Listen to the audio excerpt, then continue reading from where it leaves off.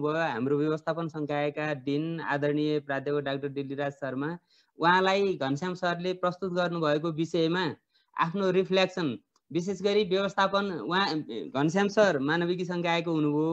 उहाँका धेरैजसो प्रस्तुतिहरू मानविकी संकायलाई केन्द्रित गरेर आएको अवस्थामा व्यवस्थापन संकायमा गरिने रिसर्चमा उहाँको प्रस्तुतिलाई कसरी लिनुभएको छ आफ्नो रिफ्लेक्सन राख्दिन म आदरणीय प्राध्यापक डाक्टर डिल्लीराज शर्मा, जो व्यवस्थापन संकायको डिन पनि हुनुहुन्छ, लामो समयदेखि अध्ययन अनुसन्धानमा लाग्नु भएको छ, सरलाई अनुरोध गर्दछु। Dilliraj sir please. धन्यवाद केशव सर। म अलिकति फेरि अर्को यहाँ मिटिङ छ ट्युको, त्यस कारणले मैले अलिकति टाइम छिटो मागेँ। मलाई एकदमै खुसी लागेको छ। सर्वप्रथम त आयोजक यो प्राध्यापक वयस चौतारीलाई म धेरै धेरै धन्यवाद दिन चाहन्छु।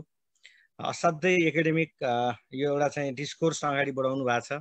प्राध्यापकहरूले वास्तवमा यो वृत्ति विकास मात्रै होइन, प्रोफेसनल्ली पनि हामी चाहिँ विकास हुनुपर्छ आफूलाई भन्ने हिसाबले जुन यो कार्यक्रम यो रिसर्चसँग चाहिँ आबद्ध भएर राख्नु भएको छ, फेरि पनि म धन्यवाद दिन चाहन्छु।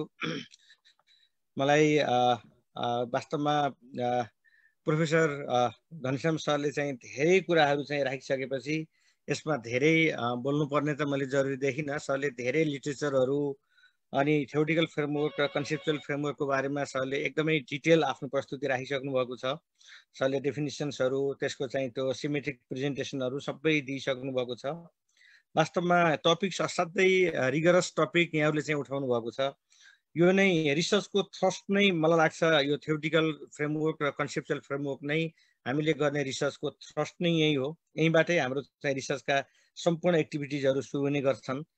त्यही भएर हामीले वास्तवमा भन्ने गरेका छौँ एमफिल पिएचडी किन गर्नुपर्ने। अहिले चाहिँ एउटा इस्यु पनि उठेको छ, किन एमफिल नगरिकन पिएचडी गर्न नहुने वा कोर्स बेस्ड पिएचडी किन चाहिने, अथवा हामीले मास्टर डिग्री नगरिकन चाहिँ किन पिएचडी गराउन नसकिने भन्ने कुरामा पनि म अलिकति यहाँ लिङ्केज गर्न खोजुला। किनकि जति बेलासम्म हामी थ्योरीमा क्लियर हुँदैनौँ, जति बेलासम्म हामी कन्सेप्टमा क्लियर हुँदैनौँ, ती कुराहरूमा क्लियर नभइकन हामीले रिसर्च गर्ने अथवा हामीलाई त्यो खालको चाहिँ रिसर्च ग्याप फिलिङ हुँदैन।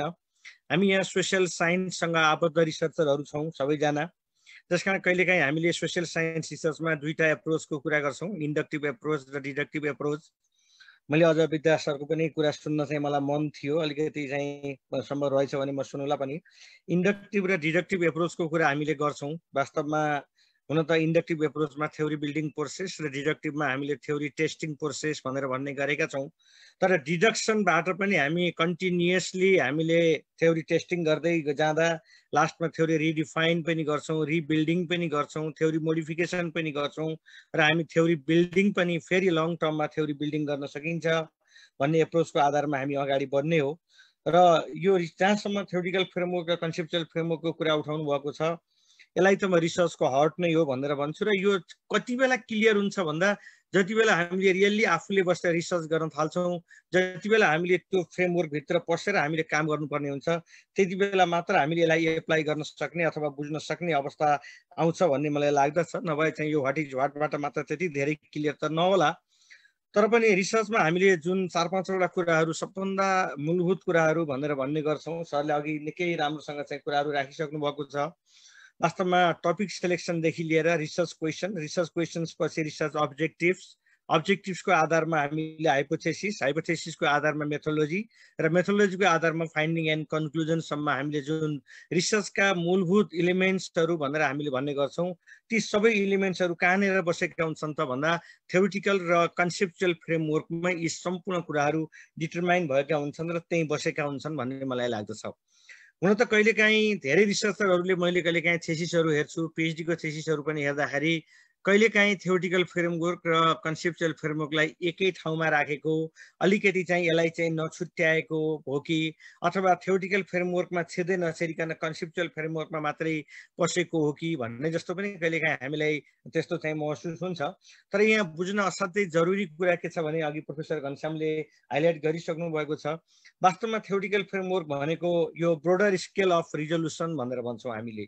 ब्रोडर स्केल अफ रिजोल्युसन भनेको अर्को शब्दमा यसलाई हामीले के भन्छौँ भने यो जेनरल रिप्रेजेन्टेसन अफ रिलेसनसिप भन्छौँ। यसले ओभरअलमा रिप्रेजेन्टेसनलाई बताउँछ, दुई वा दुईभन्दा बढी वस्तु वा दुई वा सबभन्दा बढी सिचुएसन्सको बिचको रिलेसनसिपलाई ब्रोडर कन्सेप्टबाट हामीले बुझ्नु पर्यो भने हामीले थ्योरिटिकल फ्रेमवर्कको कुरा गर्छौँ र वास्तवमा रिसर्चको म अहिले पछि एउटा इक्जाम्पलमा पनि जाउँला वास्तवमा रिसर्चको प्रब्लम हामीले क्रिएट कहाँबाट गर्छौँ रिसर्च प्रब्लम कहाँबाट क्रिएट हुन्छ भनेर हामीले हेर्यौँ भने रिसर्च प्रब्लम क्रिएट गर्नको लागि सबभन्दा महत्त्वपूर्ण पार्ट भनेको थ्योरी हो थ्योरी नपढिकन कहिले पनि हामीले रिसर्चको क्वेसन रेज गर्न सक्दैनौँ जति बेलासम्म दिमागमा रिसर्चको क्वेसन रेज हुँदैन रिसर्चको क्वेसन रेज नभइकन हामी टपिक्स कन्फाइन गर्न सक्दैनौँ टपिक्स कन्फाइन नभइकन हामी अब्जेक्टिभ वा त्यस अनुसारका मेथोडोलोजीहरू हामीले चाहिँ कन्फर्म गर्न सक्दैनौँ त्यसकारण रिसर्च प्रब्लमलाई गाइड गर्ने वास्तवमा केबाट हो भनेर हामीले हेर्यौँ भने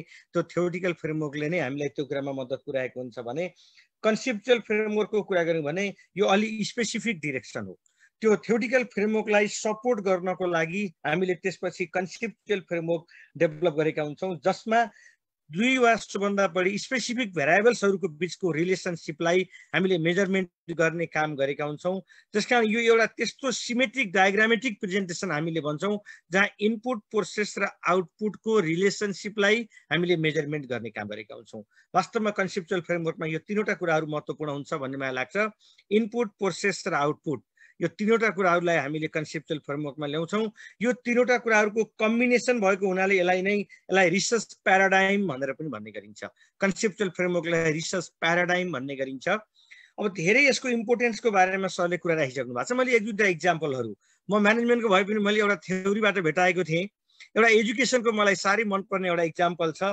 यो थ्योरिटिकल फ्रेमवर्क के हो र कन्सेप्चुअल फ्रेमवर्क के हो भन्ने कुरा एकदम इक्जाम्पल सठिक इक्जाम्पलबाट गयौँ भने के भनेको रहेछ भने मलाई चाहिँ केशवजीले पनि सहयोग गर्नु होला स्टिमुलस इलिसिट्स रेस्पोन्स भन्दो रहेछ क्या यो स्टिमुलसले नै रेस्पोन्स क्रिएट गर्छ भनेर भन्दो रहेछ यो थ्योरी हो यो विभिन्न थ्योरिटिसियनहरूले हिजो चाहिँ विभिन्न थ्योरी डेभलप गर्नेहरूले जसलाई हामीले यो चाहिँ एकदम चाहिँ हामीले एजुकेसन्सका थ्योरी डेभलप गर्ने चाहिँ प्रोपाउन्डर भनेर भन्छौँ उनीहरूले डेभलप गरेको थ्योरी हो यो थ्योरीलाई अब हामीले कन्सेप्चुअलाइज गर्नु पर्यो कन्सेप्चुअल फ्रेमवर्कमा ल्याउनु पर्यो भने हामीले कसरी जान सकिन्छ त भन्दा new teaching method improves students academic performance new teaching method improves students academic performance आजभोलि हामीले स्टुडेन्ट सेन्ट्रिक लर्निङ भन्न थालेका छौँ student centric learning improves academic performance भनेर हामीले भन्यौँ भने यहाँ हामीले प्रयोग गर्ने स्टुडेन्ट सेन्ट्रिक लर्निङ अथवा मोडर्न टिचिङ मेथड हाम्रो स्टिमुलस हो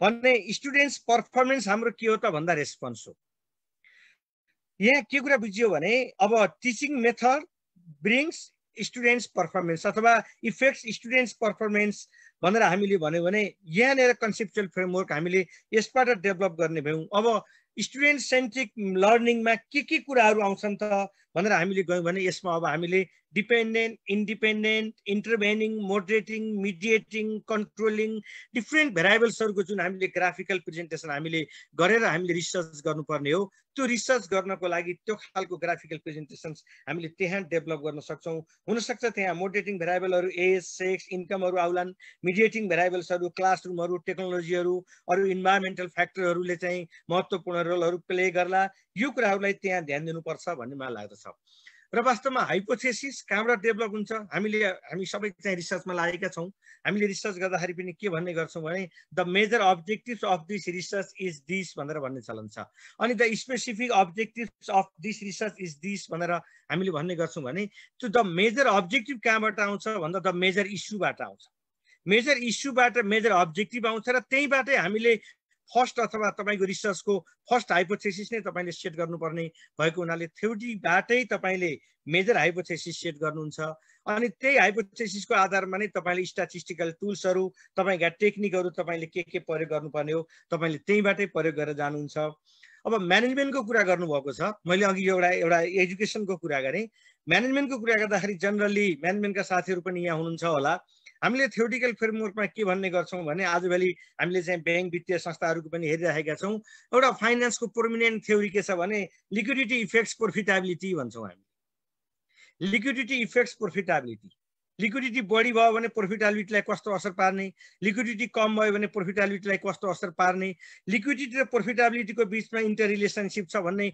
यो एउटा चाहिँ थ्योरी हो जुन डिफ्रेन्ट व्यक्तिहरूले विभिन्न पाइनियर व्यक्तिहरूले चाहिँ विभिन्न समयमा डेभलप गरेका थ्योरीहरू हुन्। यसका डिफ्रेन्ट थ्योरीबाट लिएको यो जिस्ट हो। तर अब यही थ्योरीलाई हामीले कन्सेप्चुअलाइज गरेर जानु पर्यो। अब यो बेसमा हामी कन्सेप्चुअल फ्रेमवर्क डेभलप गर्दै गयौँ भने अब यसभित्र हामीले के भन्छौँ भने जस्तो लिक्विडिटीलाई हामीले डिफाइन गर्नु पर्यो भने working capital management effects firms performance भन्यो। सरहरू यहाँ म्यानेजमेन्टको सरहरू हुनुहुन्छ। Working capital management effects firms performance भनेर अब तपाईँ जानुभयो भने वर्किङ क्यापिटल म्यानेजमेन्ट अब तपाईँको चाहिँ इन्डिपेन्डेन्ट भेरिएबल हो। अब पर्फर्मेन्स तपाईँको डिपेन्डेन्ट भेरिएबल हो। वर्किङ क्यापिटल म्यानेजमेन्ट भित्र तपाईँले के भेरिएबलहरू अब लिने, त्यसभित्र तपाईँका डिफ्रेन्ट भेरिएबलहरू छन्। म अहिले यसमा चाहिँ लामो कुरा नगरौँ।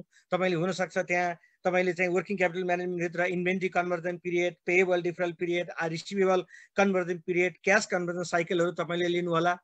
अनि कन्ट्रोलिङ भेरिएबलमा तपाईँ जानु होला सेल्स, ग्रोथ रेट, तपाईँको चाहिँ जीडीपी, इन्फ्लेसन, डिफ्रेन्ट फ्याक्टरलाई तपाईँले कन्ट्रोलिङ भेरिएबलमा लिनु होला। र फर्म्स पर्फर्मेन्स आरओई, आरओए तपाईँले फर्म्स पर्फर्मेन्समा मेजरमेन्ट गर्नुभयो भने त्यहाँ तपाईँले एउटा फेरि पनि सिमेट्रिक डायग्राम बनाएर तपाईँले त्यसबाट अगाडि जान सक्नुहुन्छ। त्यस्तै हामीले ह्युमन रिसोर्स म्यानेजमेन्ट इम्प्रुभ्स पर्फर्मेन्स भनेर भन्छौँ। Compensation management effects firms performance भनेर भनौँला हामीले। जब एप्राइजल इम्प्रुभ्स प्रोफिटेबिलिटी भनेर चाहिँ हामीले कुरा गर्न सकौँला। यी विभिन्न कुराहरूलाई हामीले केमा लिन सक्छौँ त भन्दा थ्योरिटिकल र कन्सेप्चुअल फ्रेमवर्कको बिचमा हामीले डिफ्रेन्सिएट गर्न सक्छौँ।